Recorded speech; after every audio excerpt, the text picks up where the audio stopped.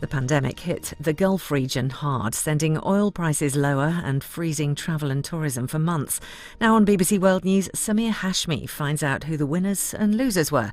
Talking Business Dubai. The dual shock of a pandemic and plunging oil prices has hit the Gulf and the Middle East hard in 2020. But as the vaccines roll out, the goods flow and the tourists return, will business and economy bounce back quickly, or are we in for a long haul? I'm Sameer Hashmi in Dubai, and this is Talking Business.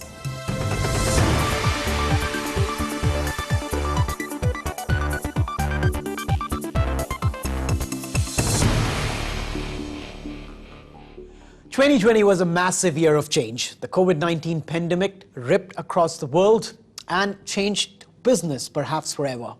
In a moment, we'll look back. How did the pandemic impact businesses and economies in the Gulf and the Middle East, and also try to find out what's in store for the region in 2021.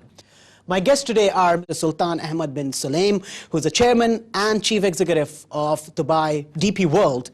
Now, this company started in 1972 with a single port in Dubai, but now they have businesses including cargo, shipping, ports in 60 countries and across 6 continents. Thank you so much for joining us. Natalia Sicheva is from the Dubai Chamber of Commerce. She works with the Startup Hub, which connects entrepreneurs and technology. She also works very closely with small businesses, something that we'll be discussing a lot on this show. And last but not the least, Scott Livermore, the Dubai-based chief economist for the Middle East for Oxford Economics. He keeps a close watch on what's happening in the region. Thank you so much for joining us. Now, before we start the discussion, let's go back and see how did the events of 2020 impact businesses in this region. Dubai is a place where the world meets. Goods ship through these ports to all points of the globe. And people from all over the world connect here or come through here. As well as goods, 120 million people transited through the United Arab Emirates in 2019. But as the world shut down, the traffic slowed, hitting not just logistics and tourism, but oil prices as well. A barrel of oil on the international markets had an average price of around $57 in 2019. In 2020, that fell below $40. This year, experts forecast that the average price will be around $49, which is somewhere nearly between the two. Now, oil prices are significant for this part of the world because the United Arab Emirates is the 7th largest producer of oil in the world. Neighboring power Saudi Arabia is number 2. Meanwhile, the vaccines are rolling out across the UAE, the region and the world. Is this shot in the arm enough to not only to see off COVID, but also the downturn the pandemic brought with it? Mr. bin Sulaim, is it fair to say that 2020 was the most challenging year for business? Well, in the beginning it was a shock because China, when they closed down, the whole trade was paralyzed. In our case, we took precaution in the ports. We saw the lockdown happening, and immediately we took steps. And we moved our people from where they live into the port so they don't get affected by the lockdown. We ensured that the digital platforms help us to speed up, to basically replace paperwork with digital technology. That helped us. Trade was there. They were, even though they were locked down, there were cargo coming. The question is, many of the issues that we face, for example, when the ship arrives, you have to have segregation. You should not allow our people to mix with them. Sometimes the crew are not allowed even to come to the shore. So we dealt with that, and I think as we understood more and more about it, we're more comfortable. But we took a lot of precaution to ensure the pandemic doesn't infect our people. We never closed one of our ports. We have 90 ports, and every one of them was open during the pandemic. We worked with the stakeholders, and we worked with the customers. And then the advantage of COVID to me is that we have accelerated many digital platforms. Natalia, the Dubai Chamber of Commerce did a survey last year in April, and 70% of the respondents, most of them small businesses, said that they might have to shut down shop in the next 6 months. Now, we still don't know how many did, but clearly it was a very challenging year for small businesses.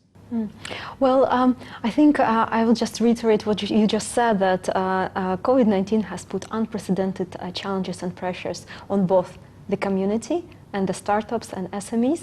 Along with that, with our work with more than 2,000 entrepreneurs in 2020, we actually saw that there was a silver lining for many of our customers.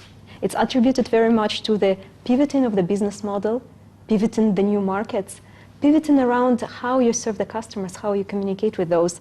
Scott, was 2020 the most challenging year for the region's economy and in particular the UAE?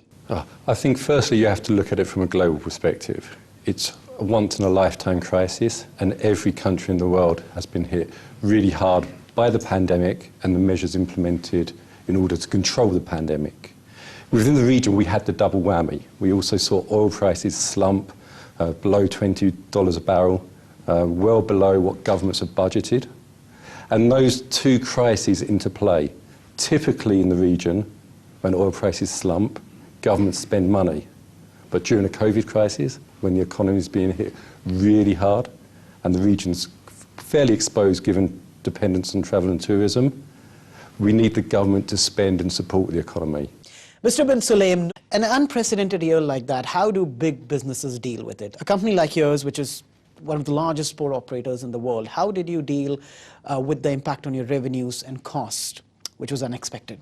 Even though the year was expected to be bad, actually I can tell you that the impact for the 9 months, because of what we did in ensuring that we are more efficient, is the first 9 months about 2% down in revenue. And we, in the third quarter, gross is up by 3.1%. Now, Natalia, a lot of businesses, small businesses suffered, some of them died, but many of them were able to survive the storm. Which were the businesses that were able to do that? Today we can speak about, we can say that 2020 was the year of the e-commerce, fintech, health tech, education tech, and definitely all the solutions around e-commerce, including the supply chain. How you ensure that e-commerce and those products are being delivered. But also, let me speak about the traditional brick and mortar businesses. We've seen how many more mom-pop shops in the traditional business manage to deploy and discover the synergies with the technology startups and convert their operations in the e-commerce. Now, Scott, you heard those initiatives, both by big businesses and small businesses, but is it really enough to pull out the economy from this mess? As I said, I think it's difficult for government and initiatives to support the economy. We've taken an unprecedented hit where the economy was closed. And in such a situation, it's very hard for the government to support the economy in the eye of the storm. And you see that a little bit in the data. Dubai recently released GDP data, and it says the economy contracted 10% in the first half of the year, which is comparable with some of the hardest hit countries in the region. The economy will naturally bounce back. We saw in the second half of the year that there was a strong rebound from the worst of the crisis. But in order to really stimulate a bounce back, what's critical, and what we've seen in a number of countries around the world, is spend, spend, spend. That's the recommendation of the OECD, the IMF, and critically to support the economy, the government could spend more directly. A lot of the measures that are in place are the right kind of reforms, and the crisis has called forward reform zeal from the government and implementing some really, really good measures from an economist's point of view.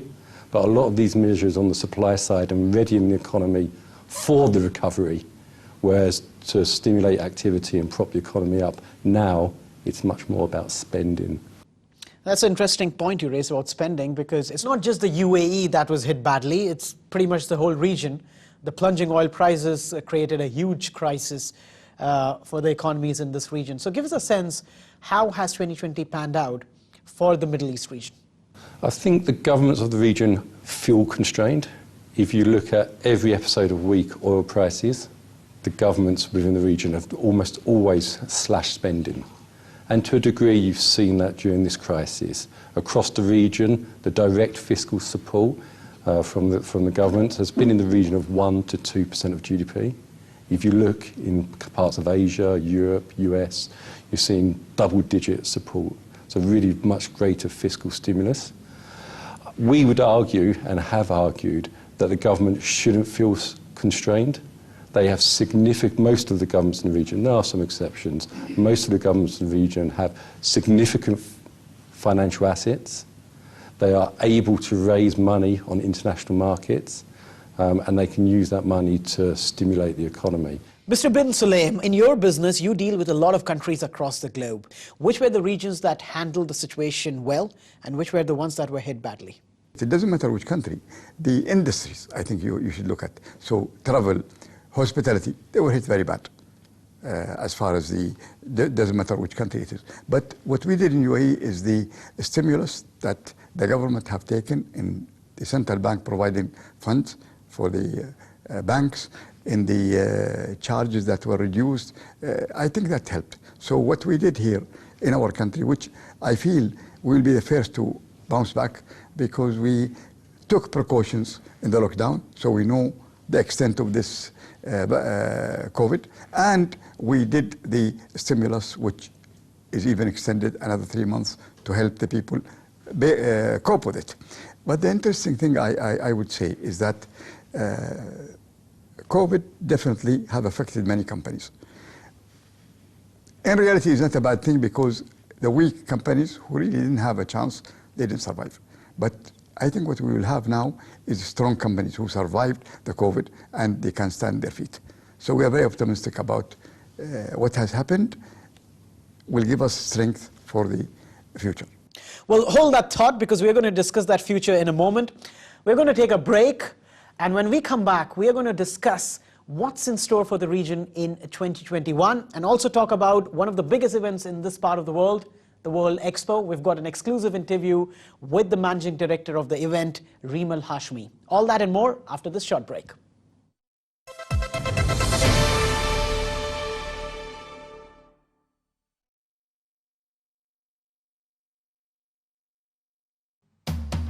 In the world of business, everything is connected. From global hubs to places less traveled. The big stories to your bottom line. The path can be unpredictable. But with the right insights, you can see where the bend in the road will lead.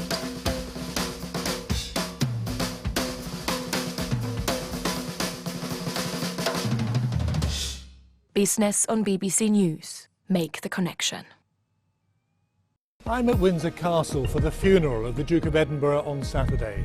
The event will take place in St George's Chapel in the grounds of the castle. Senior members of the royal family will be there with full social distancing. Join us for our special coverage on BBC World News.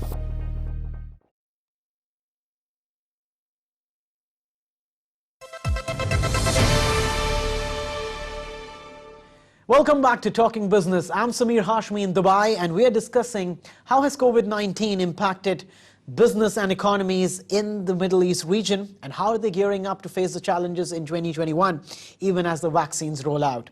Now, in 2020, a lot of major global events had to be postponed, like the Tokyo Olympics and also the World Expo here in Dubai. In 2020, Dubai was set to host the World Expo. This multi-billion-dollar project was aiming to attract 25 million visits. Now, the self-styled global mega event is scheduled to be held in October this year. But other than the date, what else has changed?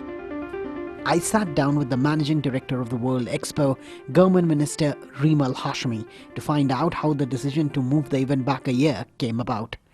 It's given us more time to do even better, we hope, and to prepare ourselves for what we all pray and hope a post-COVID world would look like. And for us on the Expo side, and I would say by extension even on the UAE side, it was a very clear decision that Expos are platforms for international collaboration. And when more do we need stronger international collaboration than in a COVID and post-COVID world? So how different is going to be the Expo this year compared to what was originally planned for 2020? So there are some things that are incredibly similar to what we wanted to do and things that are drastically different. Our theme, Connecting Minds, Creating the Future, has the same resonance, if not even stronger now than it did before COVID. Because now, really, it's all about connectivity and bringing people together. Obviously, from an operational standpoint, we're going to observe COVID rules. We will likely have masks and social distancing on site. But by and large, I think the themes that we've put forward then hold a very strong place today. Now, before the pandemic, Dubai Expo was aiming for 25 million visits. How optimistic are you to hit that target, given that people are scared of traveling right now, and we don't know how the situation would be when the event starts in October? We are holding on to our target. We are keeping a very close eye on trends all over the place. And we're really looking at how the resumption of travel and the resumption of people's movement, especially as people get more and more vaccinated. And so we haven't really shifted our target because we wouldn't really know what to shift it to. The world, has gone through these galactical shifts in the last 10 months or so, and will likely continue to do that. But we believe it'll settle. We believe by October things will be far more optimistic and positive. We believe we'll still live with this for a while to come. But we believe we can also continue to balance between being responsible, but at the same time allowing the economy and allowing people to interact with one another and address some of these really global challenges that this Expo will look to address. Mr. Bin Sulayem, no one in this room knows better than you what's in store in 2021, because in your business, you can already see the trends. So what are you expecting this year? I feel very comfortable. I feel positive about 21 for a few reasons. One of them is what affected our business and trade in general was the geopolitical issues between the United States and the rest of the world, not just China. Decisions that are made in America sometimes affect the business. Banks were very concerned of lending. And one thing in 21, we'll have a new administration in the United States. And Mr. Biden have mentioned that he will be in consultation with the trading partners. He will not take unilateral decisions, which is good for the industry. And that itself gives us comfort that trade will resume in a big way. The COVID vaccine being distributed, that alone signals the end of COVID, basically. Every country is doing it. Actually, we believe that in this year, the trade and benefit for the world will be of about $153 billion. And by 23, it could come to maybe 460 billion of benefit. In UAE, for example, 4.3% of GDP is on land. We believe that in 23, it will come to 63 billion. Another optimistic thing is, of course, Qatar is back with the GCC, which again increases the business. For us in UAE, Expo is going to be a big thing. 25 million people will come. I believe even the attitude of the United States toward resolving the issue with Iran would maybe become possible than impossible. The peace treaty with Israel also is impacting business. All these together, in my opinion, going to give us a good year in 21. Scott, are you as optimistic as Mr. Bin Sulayem? I've probably described myself as cautiously optimistic for the year ahead. I expect the UAE and the region to see a strong bounce back, but I'd probably make a couple of points around that. Firstly, the recovery is dependent not only on what happens here, but what happens in the rest of the world. And I think there's reasons to believe that the rollout of the vaccine will see a return of international visitors, a continued rebound on the international trade, and that's positive for the economy and stimulating. But the other point I would make is the recovery is unlikely to be smooth, and it's likely to be much more up and down, stop-start. Natalia, how do you see 2021 panning out for small businesses, because they are really at the heart of the economy here in Dubai? We are likely to see an increase in funding in the startups, and we understand how vital the investor confidence and liquidity to the technology startups, especially at the early stage. This is on the one hand. On the other hand, we are foreseeing to see absolutely new business models that we haven't seen in this market yet. And the third is we successfully proven the model when international trade delegations of technology startups interested in Dubai market could smoothly interact with the local stakeholders, because Dubai, again, the digital infrastructure around the business here. And we foresee more and more international founders and startups coming to Dubai next year. Mr. Bin Sulaim, do you think this crisis has forced big businesses to reinvent themselves? The supply chain is the least digitized today. The supply chain is inefficient. And during the pandemic, we had an opportunity to really invest in more technology to digitalize it. And logistics is going to turn from paper to online. Today, I will tell you, I always call the development the Uber phenomena. The Uber phenomena basically is that business will deal directly with each other. So Uber is a passenger and a driver and nobody in between. In cargo, the same thing will be disrupted. The pandemic gave us the opportunity and gave us a reason to invest in digital, because we have no choice. And we did. And we see the benefits and we see how it's helping us. Scott, it's not just about big companies. Even the countries in this region need to reinvent themselves and diversify their economies to start growing again. I think the crisis has emphasised the importance of that diversification. Already prior to the crisis, countries from the UAE, Saudi Arabia, across the region have been outlining ambitious development agendas and diversification agendas.